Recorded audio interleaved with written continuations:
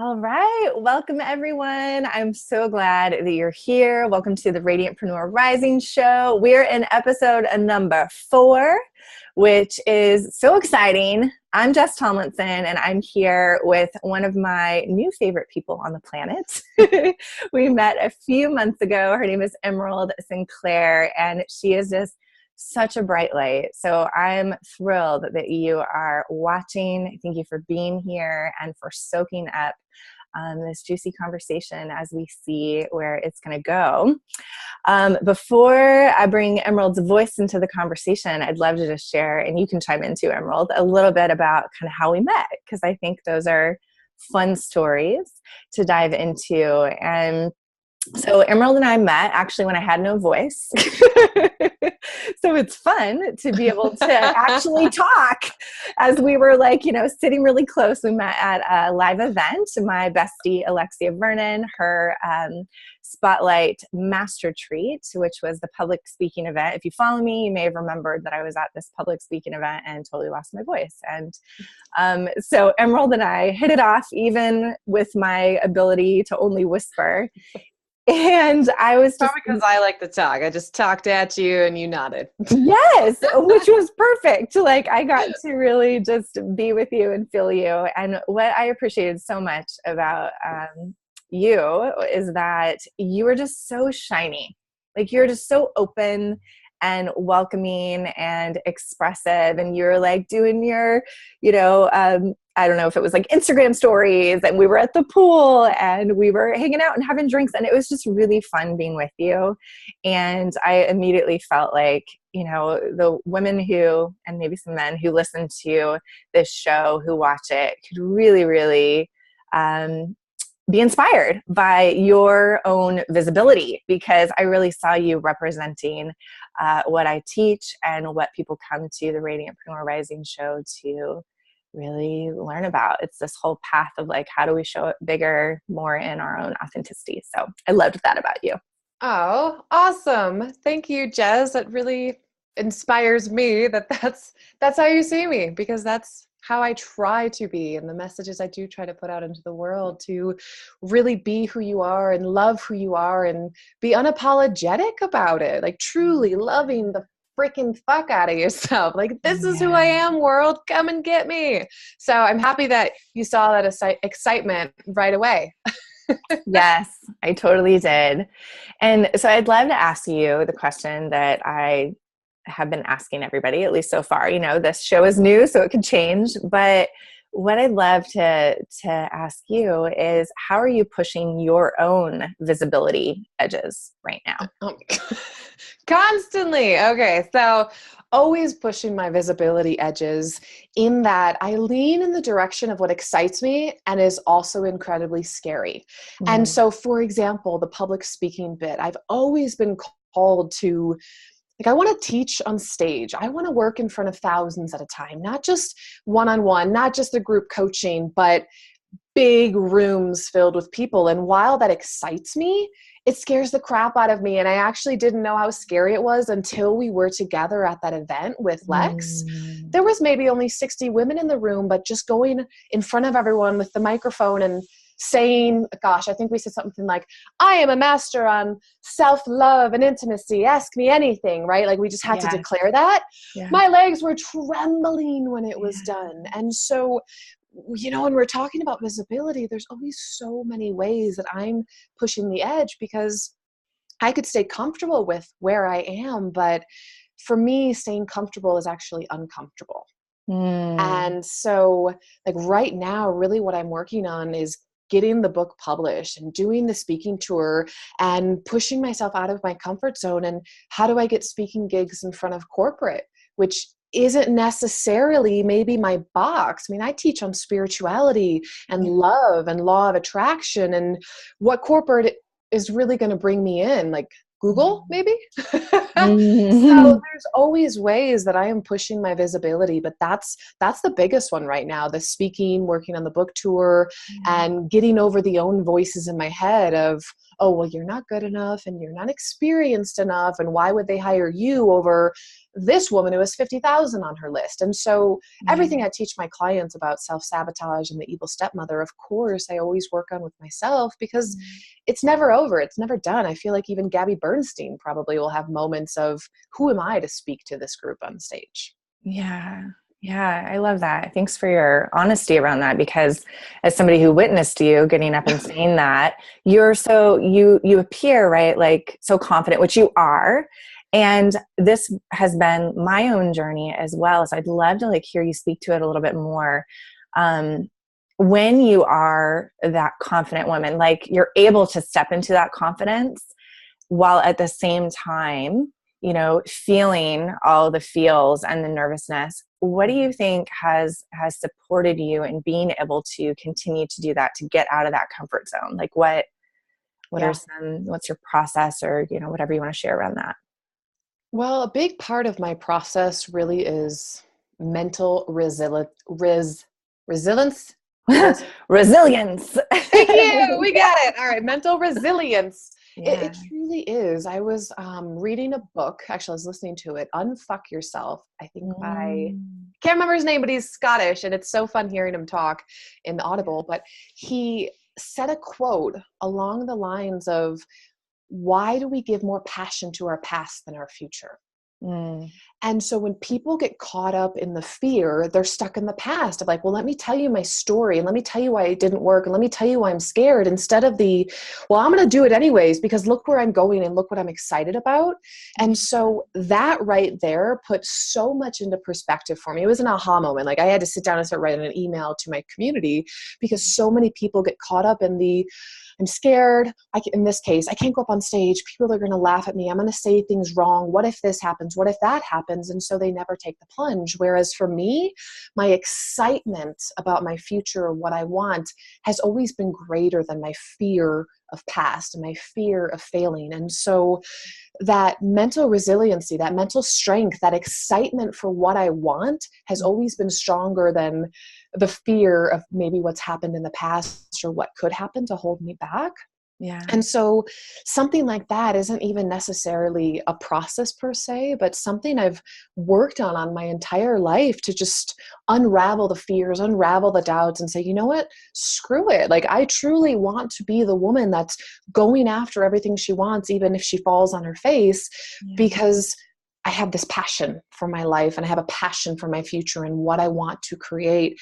And so if we talk about process, I mean, read the books, listen to the audios, go to Abraham Hicks, watch Tony Robbins, like whatever you can to essentially shake you up out of your comfort zone, which is not so comfortable, if I'm honest, right? Like the people that achieve their dreams have the same amount of fears and misbeliefs that we all do. The only difference is they don't let them hold them back. They say, screw it, I'm going to try anyways. And so that's the type of mentality or resilience that I try to bring out in my clients of, you know, we all have fears. Of course we could fail, but do it anyways. And so that's where I was coming from with that of like, I'm going to do it anyways, because I'm more excited about where I'm going than this fear in this present moment of like, holy crap, all these amazing, successful, strong women in this room, they're going to judge me. Right. Yeah. Yeah. I love that. I think that it's so easy to go down the like, you know, what the fuck hole. I don't know. I just made that up. I like that. That's right. good. Yeah. And so what I'm hearing you say is it's kind of like reconnecting to like your vision or your bigger why or your purpose or whatever you want to call it. Yeah. And reminding yourself that that is so much bigger, even if maybe you can't see it right now. Right. And you don't know what it's going to look like, but that like is so much, the payoff, right, of that is like so much bigger than this fear that feels like freaking huge. Yeah. So is that kind of like, no, you said it perfectly, because that's the thing. I mean, why did I go to that speaking retreat for the weekend? To learn how to be a public speaker. So if I would have shrunk and held back and sat in my chair and not raised my hand and volunteered, then what the hell did I just go to Las Vegas for 4 days? Yeah, right? exactly. So I think what you're saying, like reconnecting with the bigger why, can help you get over your fear. And so when I'm working with clients about attracting in the love of their life, and their fear is talking to a new man or a strange man or being approached in public, but if the bigger why is being in the soulmate level relationship, then Mhm. you got to get over your fear of being rejected, or your Yeah. fear of approaching a new man, right? And so little picture, big picture. Yeah. I love that. So what is your big why? Like, why do you do this work around Yeah. relationship? Yes. So my big why is I truly believe in self-love. And so everything I'm teaching my clients is all around self-love. It's all around mindset. It's all around manifestation and law of attraction. And so I look at it as more, I'm helping a woman to completely shape who she is and Mhm. to understand what she wants, and then to give her the practical tools to actually attract what she wants to her. So Mhm. for me, I can't think of a more magical, aligned purpose to be on this planet. Like, it lights me up knowing that I can show a woman how to essentially manifest any desire in her heart. And because Mhm. many women are feminine, of course they want to attract in love, and so we start there. But it snowballs. Then it turns into, oh my god, I'm making more money. Oh my god, I'm in a better career. Oh my god, I just manifested my dream home. Like, it goes into this big picture of, ultimately, I'm helping people to create the life of their dreams. Yeah.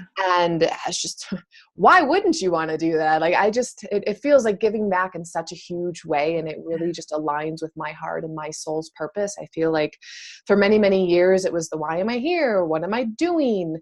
This Mhm. feels like, this is why you're here. This is what you're doing to help wake people up to their magnificence. Mhm.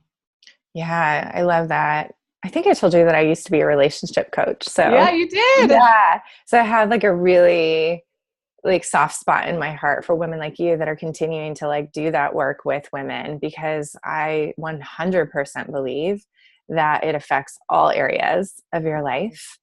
And so it almost sounds like that's like a little of your why. It's like, when you start here with self-love, then you attract the love of your life, then you attract, maybe the career that you want, and it just Yeah. kind of like ripples out from there. Yep. Yeah. Exactly. I mean, what I'm teaching around love, my clients then apply to other areas in their life. They're like, well, crap, if it worked here, it's probably going to work there and there and there and there and there. And it does, right? There's Yeah. many of laws that aren't necessarily spoken about. People know the law of gravity or the law of Mhm. attraction, but there's actually a lot of other subtle energetic laws at play. And that's what I'm teaching my clients. And it just helps them to really be in aligned with the flow of the universe, source Yeah. energy, love, all that woo-woo stuff. Yeah. I love it. So tell me, like, for yourself, what have you seen because I know you're in a relationship. And so, or Mhm. what has been your journey, whether it's like now or in the past? How have you seen that self-love relationship has supported you, like in showing up, bigger in Yeah. your Okay. So you don't want to know about the shit for 28 years, right? life? You want to know about the good stuff? No, we want to know about the shit. Okay. So part of my journey to be where I am today is that things didn't work out for me for so long. I could Mhm. tell you every story in the book of the wrong man or woman I was with, the wrong person to sleep with, the wrong person to fall in love with, the person that fell in love with me that I wasn't, like everything you could read about as far as what not to do while searching for love, I did. And at my core, I knew I just wanted that like fairy tale type relationship. And I was raised by a hypnotherapist. So I understood like how our belief systems can actually create the most magnificent reality or put us in hell, legitimately in a horrible state. And so being raised and understanding that power and knowing that all I want is this loving, supportive relationship, and yet everything I had was a reflection of lack of love, spiraled my quest and my journey for many, many years of figuring this out and figuring out what the heck was going on with me. Mhm. And so long story short, ultimately, when I figured out to stop looking for love outside of me and to start looking within, the journey of self-love, of putting men second, of maybe even stopping dating and stopping having sex, and really focusing strongly it actually took about a year of me doing the work, air quotes, and journaling and visualizing and dreaming and putting myself first. And what did I want to do? And what was important to me? And what was really my life's goal and purpose? That process of really understanding myself and learning how to love me and stop trying to impress the guy or win the guy is ultimately what attracted my partner to me, because I was so transparent and confident and loving of me. Like, this is who I am. Like, take it or leave it. Because I legitimately, I didn't really care, for lack of a better term. It was almost like I was challenging him to find something he didn't like about me. I was like, well, you don't, well, how about this? How about this? How about this? How about this? Yeah. And the more I was vulnerable and open, the more he fell in love. And vice versa. The more he opened up to me, the more I fell in love. And so now in these last 4 years together, of course, there's been ups and downs. It's a freaking relationship. I'm not perfect. He's not perfect. But every time I bring it back to self-love and what I really need to feel fulfilled and how I desire to treat my partner or be treated in return, those are the good moments. Yeah. When I get too caught up in life or work or stress, or he does as well, or we're not remembering to connect with ourselves and fulfill our own needs and express them, those are the challenging moments, right? And so it truly is always this roller coaster, but it's reflective on how much am I loving myself? How much am I giving to myself? And one of my favorite mentors is Byron Katie, the work. And anytime I'm in a tizzy and I'm like, man, it's my partner's fault, he sucks. And then I sit down and I do the work, I realize, oh no, girl, you're not giving yourself the love. You're not appreciating yourself. You're not valuing yourself. You're in this silly little moment. And then once I change that, boom, relationship changes. All of a sudden it's loving and butterflies again. And so it's always this journey. I wish I could say, like, I figured it out and I love myself every single day and my relationship's perfect, but that's not life. We don't ever figure it all out. We're never done. We're always evolving and changing and growing. Yeah. So this whole journey of self-love is going to be a journey for the rest of my life. And I'm going to see it reflected in my most intimate relationship. And when it's reflected how I don't like it, then it's like, all right, girl, look in the mirror. Like, what's going on in here? What do you need to change? Yeah. Is that why you like to help spiritual women? Because they're more open to like grow and change and be, Yep, that's exactly right. Yeah, it's funny, over the past couple of years, I've really refined who I've worked with, because I've realized, like, I am such a spiritual person, and I hid it in the closet for a while because I thought I had to be more mainstream. Yeah. And like, oh, people aren't going to understand when I'm talking about energy and you get what you give and doing the work. But I realized I love talking about that stuff. So having that spiritual connection with a woman helps us to go so much further, because otherwise I'm kind of teaching her as we go along and we don't go as far as fast. Yeah. Versus, you move fast. Yeah, I'm just like, let's do this. Yeah. And so, like having that level of spiritual understanding makes a huge difference. And then those women and I, we just lightning speed 3 or 4 months, just completely different woman. Yeah. I love that. I love that you pointed out, that you felt like you were supposed to be more mainstream, because that's something that, so many of my clients struggle with when they're wanting to enhance their visibility and get on video and what's my message. And I really push for them to start with finding a bold message, one that like scares them to say, because it will turn other people off. And that, I believe, is like, really our deepest work. I'm thinking of, is his name Ken Page? He's a relationship guy. Do you follow him? Okay. He talks about this in relationships, where your thing that you like hate the most about yourself is actually that thing that will attract your partner that's right for you. Yeah, because you got to work on it, huh? Right. And that's the and the more that, you embrace it, it's like that self-love piece, right? Yeah. And so I think this really, it brings it back to our point of like, everything is so connected, whether you are an entrepreneur and you're in my world or you're in, Emyrald's world of relationships. It's like, you got to start with that acceptance piece of like, what do you really want and how do you want to show up? And then embracing the ugly parts, and really making friends with it. Mm-hmm. Yeah, I got those. And for the longest time, and that was a big part of my business, I noticed other relationship coaches were only talking about the happy side of relationships and how their partner was so perfect and he did this and he did that. And I'm sitting over here just thinking to myself, like, you know what? That's fucking bullshit. Like, I don't care who you are. There's always going to be conflict in relationships. Even my best girlfriend will have little skirmishes, and it doesn't last long because that's part of being an evolved human being. You own your shit and you can talk about it and move beyond it.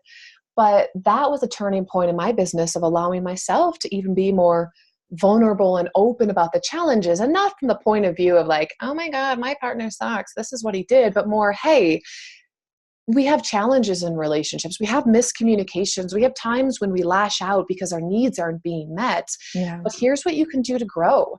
And the biggest thing that came up for me to teach was, just because you've attracted in an amazing match doesn't mean the work is done. If anything, I feel like in many ways, my spiritual growth side is much more harder right now with my partner. And it's like, oh my God, like I asked for a spiritual match and I didn't think it would be this hard. But when you're asking for that spiritual match, it means, all right, well, you wanted to grow, so I'm going to give you the perfect partner so you can see your shit and grow. Yes. Oh my God. I love this point because I think it points to like when you're at that place where you are really saying like, I am ready for this, whether it's business or relationship or whatever, you will get the dose of medicine that you're supposed to get, because the same thing happened for me, I've been through all the bad relationships and like finally was like, I want a spiritual partner who is willing to grow with me. And oh boy, did I get that. Yep. Because I'm like, oh my God. And it's definitely, it's interesting because I think people get into that like state of mind where they think once they find that like match, that the growth is going to like, that it's all going to be fun, and perfect. No, growing pains, they don't call them that for a reason. Yeah. Careful what you ask for. Oh my gosh. But here's the thing. Do you want to attract in someone and then you just stay stagnant? And like, this is it. No one's growing, you're always going to grow at different levels, and he'll grow and you're being kind of maybe a jerk, and then you're grow and he's being a jerk. Like, if the overriding message though is we grow together and that support is there, then I believe you can truly get through anything. Yeah. But it doesn't mean it's always going to be cupcakes and orgasms. Yeah. Yeah. I want to ask you, there's two things on my mind, and you can kind of choose where you want to go first. Okay. Something that you had said about, really approaching your partner as like, here's who I am, kind of like challenging him almost to like find something wrong, but also having that vulnerability piece. So there's that of like, you need both, right? Mm-hmm. The kind of like, in my work that I do, I call that like the radiant rebel, which is an archetype that I teach, that fierceness, but also the sexy feminine, which is the vulnerability, and how you need both of those when you show up in your business or relationships, right? Because I used to teach the archetype in relationship as well. So I'm curious about that piece for you, of like, and then there's another piece that I wanted to talk about, and it's totally different, so just choose. But I wanted to say it before I forget it. Yeah. How you really practice showing up on social media in the vulnerable place and still feel really good about it. Like, how do you share with your community or audience like these more vulnerable stories in a way that feels really good to you? So you can kind of choose. Yeah. We'll start with the first question because that'll probably go into the second nicely. Okay. And so the first one, the being almost challenging him with, this is who I am, take it or leave it. That came from a confidence place. That came from a self-love place. That came from finally learning who I was and realizing that's okay. And if I change and try to be someone that's not me, I'm going to attract in a man who's not attracted to the real me, and we'll probably eventually split up one day once we're both being really authentic. Yeah. And so that really wasn't that hard to do, but it had to come from this place of I love who I am and I'm confident who I am. And I understand that if I'm really looking for an amazing match, I need to be transparent and I need to be vulnerable. Mm-hmm. And so they went hand in hand. And so it was, this is me, buddy, and this is my past. And yeah, I was kind of a whore in college, and this is what I'm struggling with. And these are my challenges. And I'm so scared of this. And I fall in love too easily. And I made him wait like 6 months to win me over. I was like, hey, I'm dating other guys. I don't know if I want to date you. I'm a little scared right now. I'm trying to figure it out. I want a long-term relationship, but I don't want to just jump right into it. And so it was this balance of this is who I am and what I want, but that vulnerability of this is who I am and what I'm scared of. Yeah. And so that I truly think was the magic and the turning point, because it was the very first time in my life that I was not trying to be someone else for the guy. And any other relationship, I was trying to change or soften or be stronger or hold something back or be less than or be more than.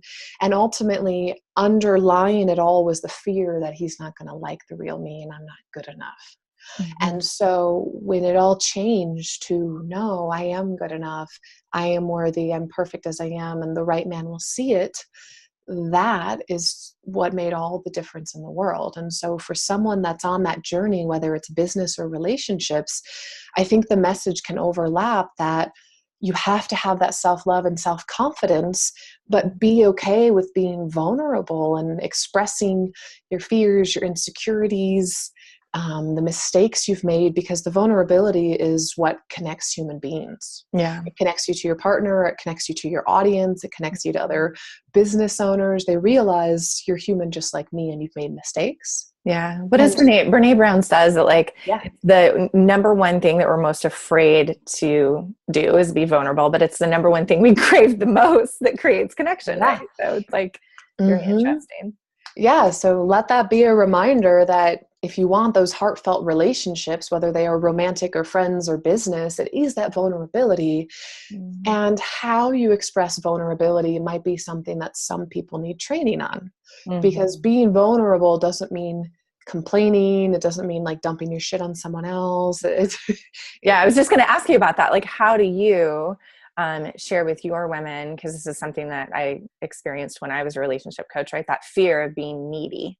Like, I don't want to be needy because you deal with like successful women. So that's like one of their biggest fears, right? Right. Like, I can do it all myself. I don't need to rely on the man. Yeah. Yeah. So the vulnerability piece, and that's a really good question and something good to jam on. And being needy in my mind is an energy of, I can't give it to myself. I need it from someone else. And as energetic beings, I believe we pick up on that. So if a woman is being needy, she needs you to take care of her. She needs you to love on her. She needs you to give her presence because she can't do it for herself. Or it's that lack of self-love. Like, I need you to fill me or complete me. Mm-hmm. We can sense that. But being vulnerable comes from that state of, hey, this is what I know I need. And whether I give it to myself or you give it to me, like, I'm expressing my needs. And there is a difference between being needy and expressing your needs. Like, I know what my needs are in a relationship, and I can healthfully communicate that to my partner of like, hey, this is what I need. Like, are you willing to meet that? Like, I need a little bit more affection, or baby, I've had a really rough day. Would you just hold me? Yeah. You know, that's completely different than the woman that lashes out and is like, well, you never touch me anymore. You don't give me kisses. Yeah. You're always at work.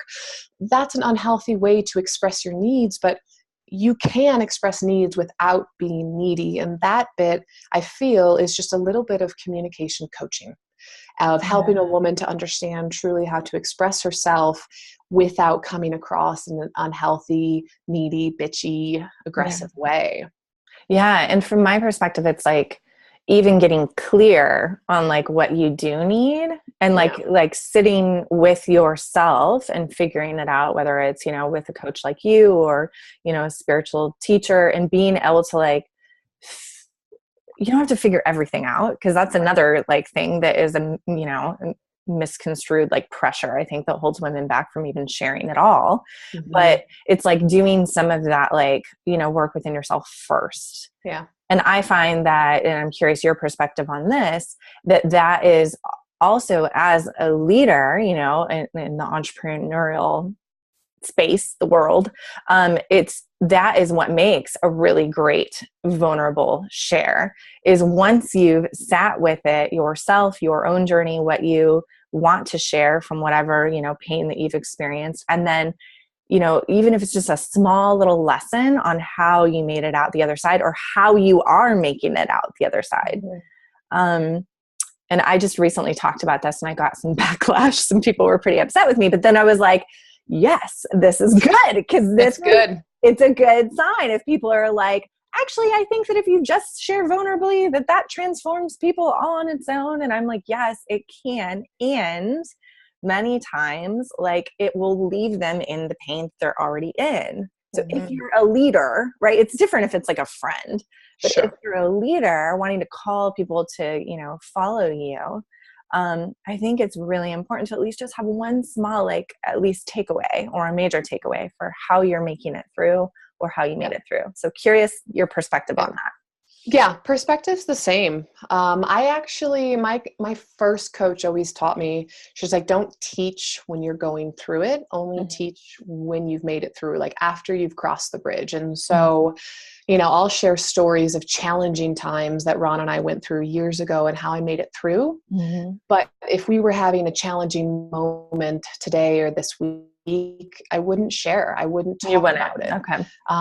No, I wouldn't. I would wait until I've gone through, because I know there's also that emotional connection that when we're emotional, we're not always thinking clearly. And regardless of what the emotion is, like, think about when you're in love, you're not always thinking clearly, right? You're like, I love him, swept off my feet. I'm going to move to Italy and marry him. And you met him a weekend ago, right? Yeah. And so I don't necessarily teach if I'm going through something that's very potent, but once I've made it through and it's resolved and I have the hindsight, that's when I feel comfortable sharing, like, hey, this was the challenging moment.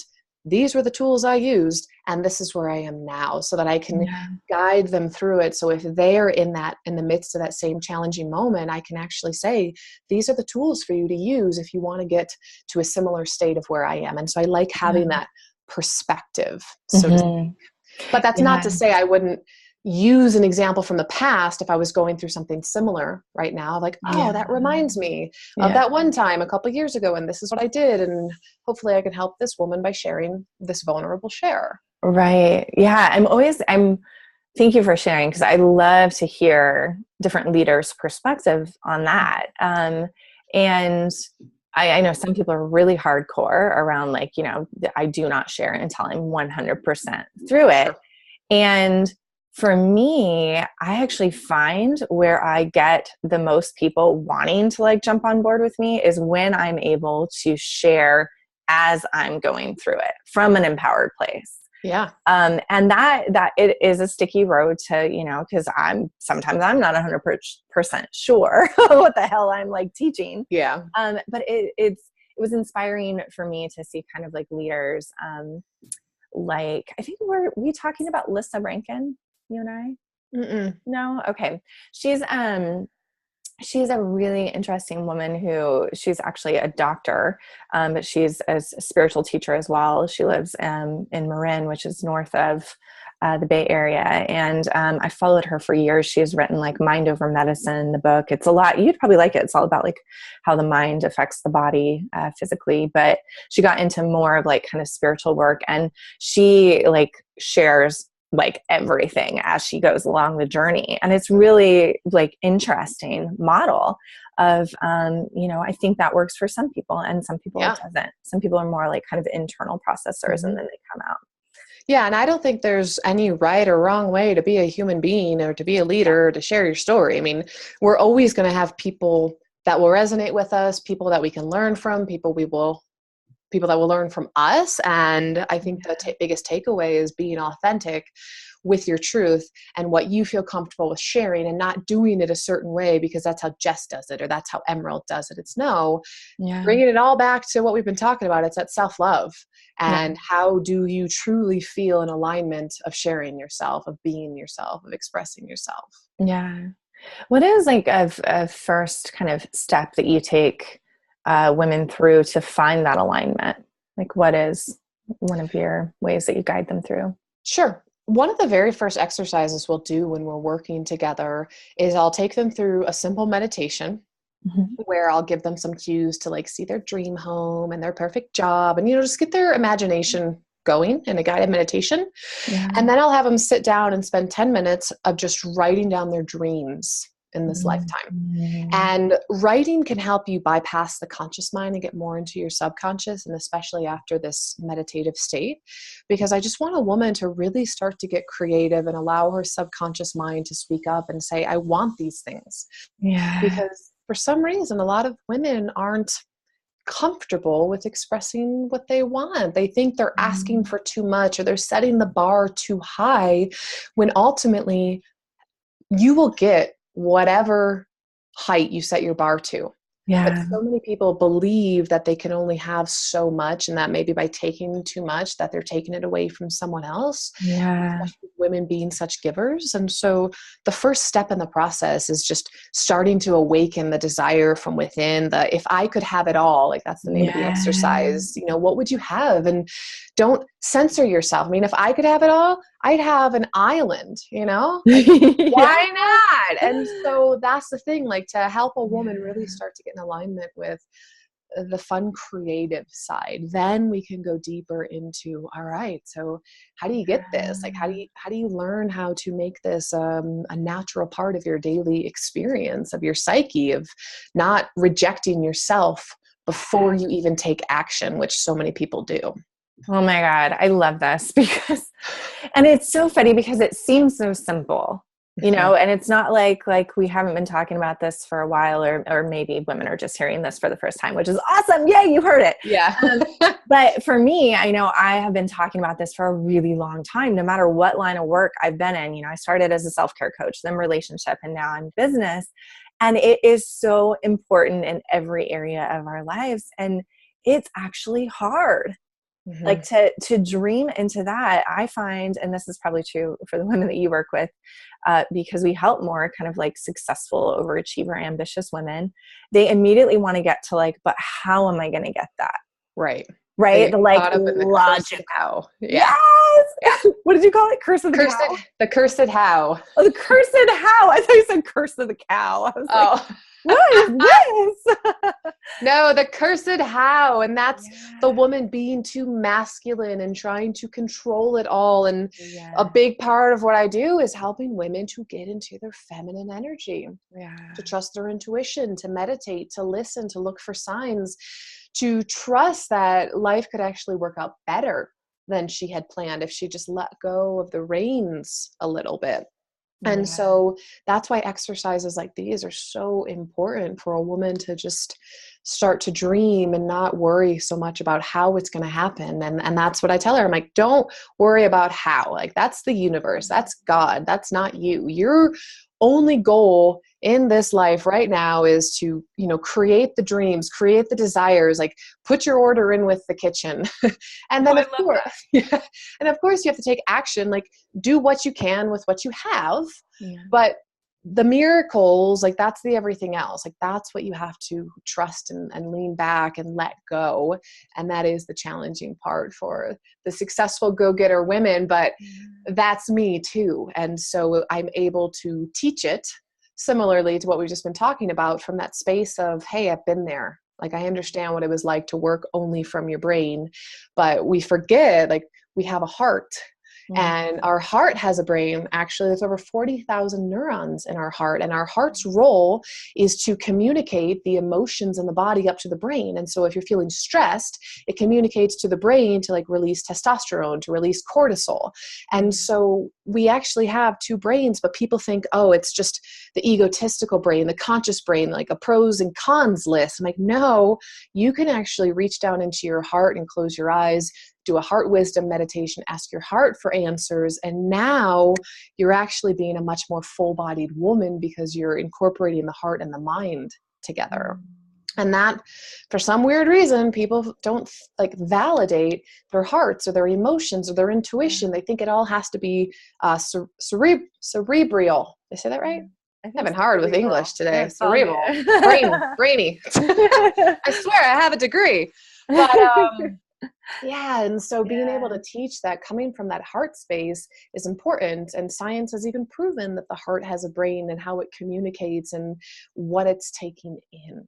And Yeah. so it's little things like this that excite me to share with women to help her become more complete and more feminine and more intuitive and more goddess and more in the flow of life. And as a result, she becomes a more powerful businesswoman Yeah. because she's using her whole body and not just above her shoulders. Yeah. This is so good. Let me ask you a question, because I just had an event here in Santa Cruz. I'm doing this series called Scene, really Okay. helping women entrepreneurs get into their visibility and get comfortable on video. And my first event, um, some of the women, I won't like point names or anything, but some of the women were really struggling. Again, this is how I know this is the work, right? With my sexy feminine archetype, which is really the energy of like, vulnerability, but it can also be the energy of like, goddess and like sex appeal. And like, it's just really the openness is the way the visualization is. And I hear this time and time again. So I'm curious your thoughts on this. Women want to change that archetype's name. They don't want to call it the sexy feminine. They want to call it like the sensual feminine or the nurturing feminine. Like they don't want that sexy word on there. And they're like, oh, now it's great. Now I can totally embody that archetype because I've changed the name. And I kind of point out, well, actually, it feels like there's something there. If you're wanting to kind of like, lessen the energy of that part of you, which we're all different, right? Like I know you're all about authenticity too.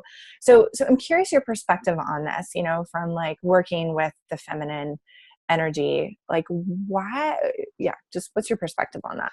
Yeah, I mean, I've noticed the same. A lot of really strong or successful women or women that are too much in their masculine energy, which I can raise my hand, been there, done that, still struggle with it.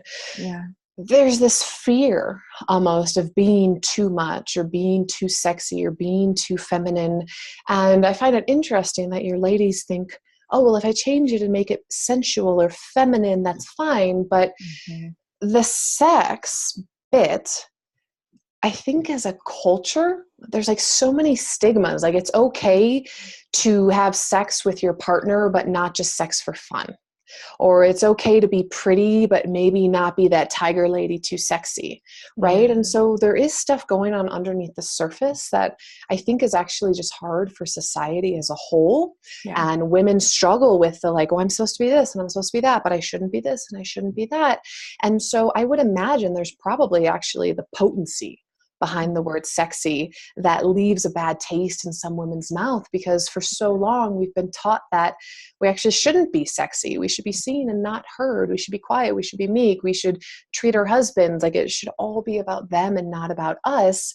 And not only that, then you have the entire culture around, well, if you look too sexy and then he wants it and you say no, it's like, well, she was asking for it, right? By just showing her beautiful body, when ultimately none of that is right, wrong, good or bad. It's like you have a body, and the energy of sex is sexual energy. It's creative energy. It doesn't have to be equated with bad or wrong or incorrect. And so I think there needs to be this cultural shift that sex energy, sexual energy, being your sexy feminine is actually the energy of creation. Yeah. It's actually the feminine energy in its most potent form, and it doesn't equal sexual relations, and it doesn't equal using a man, and it doesn't equal any type of manipulation. Yeah. Right. But it's the whole package. Like being feminine is not just sensual. It's not just receiving, but it is sexy. It is powerful. It is intuitive. It is commanding. Right. There's so much to it. And so I think there just has to be more of this teaching process of women to really understand, like, the word doesn't fully imbibe the energy, but it's just signifying what part of it actually means. And so that sexy goddess doesn't mean like tramp in a tight dress wiggling her hips. Yeah. Unless you want it to. Unless you want it to. I do that all the time. Right. Yeah. but it just, there's this underlying piece of no, like that sexual energy, that creation, that power. And that's what we're going for. Yeah. Good. Thanks for your perspective on that. Yeah. I think it helps like to hear different viewpoints of how women can start to work through those kind of internal and societal, challenges that we have. So definitely. So tell us about the book. I want to hear more about the book. Oh my God. Okay. So the book is an 8-week journey to attract in the love of your life, to meet the man, to find the one, to land Prince Charming. Yeah. And so what I've done, so I have my signature course, 8-week course, is Attract the One. And it's video lessons and workbooks and live calls and meditations. I was like, you know what? I need to make this course into a book so that people can take it into their home and read a lesson a day. And so the book is very, it's like I'm talking to you like a girlfriend. Like if I was sitting down and chatting with you every day, it's very colloquial. Why am I saying all these words that I can't say today? It's okay. Words aren't very important today. It's one of those things. Whatever. All right. So it's very conversational. Yeah. Very much like your best friend is sitting down across from you, like, look, this is how it is. This is what you need to do. Don't do this. This is what I did. And now, like, go meditate. And then the next day, okay, this is what you need to do. This is what you shouldn't do. And oh yeah, I love you. And go tell yourself you love yourself, right? Like, it's just, it truly is helping a person, and mainly women, to change your mindset and to get into your feminine energy and start to look at things differently. I mean, similarly to hiring a personal trainer and going to the gym every day for 8 weeks, this personal trainer is going to see things and help you out of what you should be doing every day. And so it's pretty simple exercises in my mind, but it's that commitment to yourself of, I'm going to do this for 2 months straight. And that's going to create some big shifts. It's going to ripple out into the universe. It's truly going to start to change how you think about yourself and what you believe you deserve. And when you believe what you deserve differently than how you did, you take different actions, right? You speak differently. You do things differently. You go different places. Your life starts to shift just by changing your belief system, which will happen with these little exercises over an 8-week period. And so, of course, the end result is to attract in the love of your life. But the 8-week process is you're changing yourself into a completely different woman that is changing her frequency of vibration. Like everything in the universe is vibrating, just some things faster than others. And so this book changes your vibration so that you attract in a different quality of human being, which will mean friends, it'll mean business colleagues, and then ultimately, yes, it will mean a completely different caliber of partner. Yeah. That's awesome. And your book is based on kind of the 8-week group program that you do, right? Yeah. So go ahead. So the 8-week program is, it's online. So it's group on enrolling basis. You can enroll and then you're part of the live calls to ask the Q&As. Gotcha. But yeah, it's that same format. It's like, hey, I already created something pretty awesome and it works. And so the book, of course, is not the same as the online course because I get to go into even more anecdotes, and I wrote the book after I created the course, but the course is already a standalone successful entity. It's going to keep going. And now the book is just a way to even pull in some more stories and anecdotes and even more exercises. But the goal at the end of the day is a woman enrolls in both the course and the book because there's so much value out of both. Yeah. And I think this is like a really good model for how you've taken like kind of, well, maybe it hasn't been easeful. I'm sure writing a book is like no small potatoes, but I love how this is like an aha for me of like, oh yeah, like so many of my clients, have courses and we all seem to want to write books. And it's like, well, if your course is working, like, just turn it into a book, and it's a different level of like visibility, different ways that you have now this like physical product that, is a manifestation of your amazing work that you've been doing in the world. So yeah, I love and just think about visibility as well, right? Like a book can get you more visible to more people than potentially your course. It's a lower price point.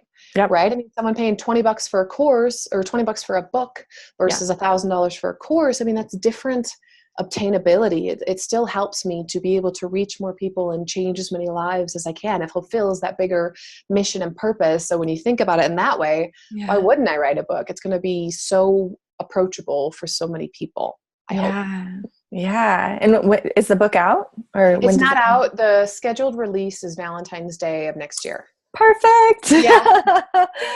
Of course. That's so awesome. Is it going to be on Amazon? Oh yeah, it'll be everywhere. It'll be on all the channels. Yeah, the promotional period will probably start maybe 3 months prior. The pre-screenings, the pre-reviews, the readings, all that jazz. All that jazz, right? Oh my gosh. I know I have a couple friends that are writing books right now, and it's just like, woof, like I don't think I'm there yet. I mean, yeah.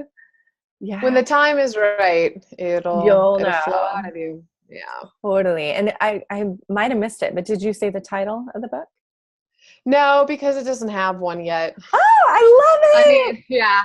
The premise is, of course, going to be something along the lines of attract your man, manifest your soulmate, land the guy, find true love. I don't know, but that's the premise, the whole happily ever after type of thing. But this is going to be more of the marketing conversation of, what title is going to sell best and because unfortunately there's the marketing and branding side. It can't just be, this is my beautiful work, but if the cover isn't good and the title isn't good, no one will buy it. Yeah. Except for people on my mailing list, but I want to be bigger than that. So that's still in the works and in the production of what's really going to be that, attract your man in 8 weeks or less, or whatever it is, right? Like some type of, this is what you're getting from this book. Yeah. And what is your actual group program called? Attract the One. Okay. Attract the One. So I've got two. So I have my group program that's automatic, Attract the One. And then I did my second round of group coaching live called Single to Soulmate. Yeah. And so it's a business wise, I don't know if I'm going to keep doing them both. The live bit might go away and the automated one might just stay, and then they get live calls. Yeah. Instead of the live group coaching. Like when I talk about it, it's like, well, isn't that the same thing except one's twice as long? But then with the group coaching, you have the business side of launching every single time. Whereas with the automated one, it's just creating the system that works to get people in and get them successful. So, still always changing and evolving the business. Yeah. Well, and that's so important, right? Just as we change and evolve as people, it's like the business changes and evolves. I mean, I've gone through so many different iterations of my business, and I hope that it never stays stagnant because I get bored. Yeah, exactly. So, yeah. And I love that about you. And so thanks for modeling that for everyone of, really taking a deep look, not just everything has to stay the same, but how are you going to best maximize your time and the gifts that you're bringing to the world and make them accessible? And and that's why I'm starting to lean towards, instead of the live launch once a year, keep the automated one going and work on that. Maybe I add new stuff to it every year, but it's not this full on launch process, which is kind of exhausting. And then you're starting over from square one every single year. So we'll see. I don't know. We'll figure it out. I love it. Is there anything else that you want to share as we're kind of wrapping up? Anything that's on your heart? I just hope that our conversation today has been inspiring for women to really embrace who they are and their desires of their heart, and to bang to the beat of their own drum or dance to the beat of their own drum, and what really lights them up, and how do you really want to do business, and how do you really want to live your life, because you're the only one holding you back with your belief systems that says you can't, or you can't do it, or it's too scary, or I don't have enough money, or I'm going to wait till the time is right. The time's never right. You'll never have enough money. You'll never be happy enough. Nothing is ever perfect, but it's the women that go after it anyways that are successful in life and love and career. So that would just be my takeaway message of the time is right now. If you're feeling that calling, don't wait another moment. Go in the direction of your dreams. Yeah. Just go, people, go. I love it. Thank you so much for being on and for sharing just all of your amazing wisdom. Super fun to have this conversation around the feminine and relationships and business, because those are my three favorite things. So, and I so appreciate you. Do you want to share where people can find more about you? Yeah, you can go to my website, emeraldsinclaire.com. That's pretty much the biggest one. I love being on Instagram. You can find me on Instagram, Pure Radiant Self, or on Facebook, Pure Radiant Self. Yeah. But mainly it's the website, because then people can see programs, they can read blogs, they can watch videos, they can sign up for the mailing list. Like, then you got my email and you can really talk with me. Yeah. So that'd be my suggestion. Go there. Awesome. And if you guys want to check out the show notes, read a little bit about Emyrald, and leave us a comment, we would so love to hear from you. And that will be at jesstomlinson.com/episode-4. Oh, wow. So we will see you over there if you want to leave us some juicy thoughts on today. And other than that, we hope that you are inspired, and we will see you around. Bye. Bye.